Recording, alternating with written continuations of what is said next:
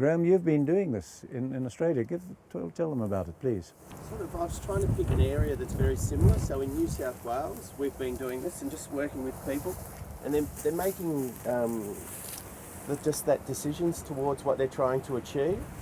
And they've taken in a lot of areas bare ground, so it'd be more brittle and harder than here.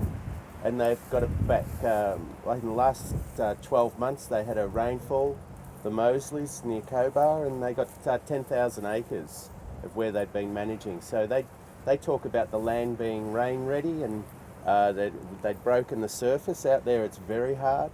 So they'd used the animals and managed for them and done some other techniques just to get some water into the land. And where that's happening, all their invasive, what we call invasive native scrub, so all the bush and stuff now starting to die off, and it's going to, they've broken the overrest and now it's going back to grass.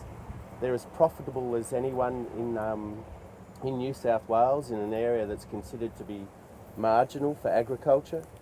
But they're using the animals as the tool, and they make money at the same time that they are regenerating the land there. So just using the thinking, just making sure, and they're developing it over time as they get funds. They also have been able to access funds for fencing because they've got some threatened species and things like that, so they actually can demonstrate what they're doing. Now, how much training have they had, or you helping them, or what? Well, they've had a fair bit of training. That takes a while.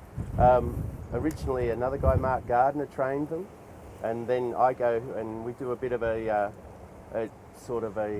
catch-up, sort of 2 or 3 times a year, and just sort of, and Andrew and Megan just say, what do you see and what's the next step for us? So like Alan was saying, so what's the next, what are we looking at? And the big thing in that environment is producing litter to get the ground cover between the perennial plants. So they're before they go into a paddock now, they're monitoring to make sure that they've actually grown litter in the perennial plants, and then when they come out, they monitor to make sure that they've pushed that back onto the ground.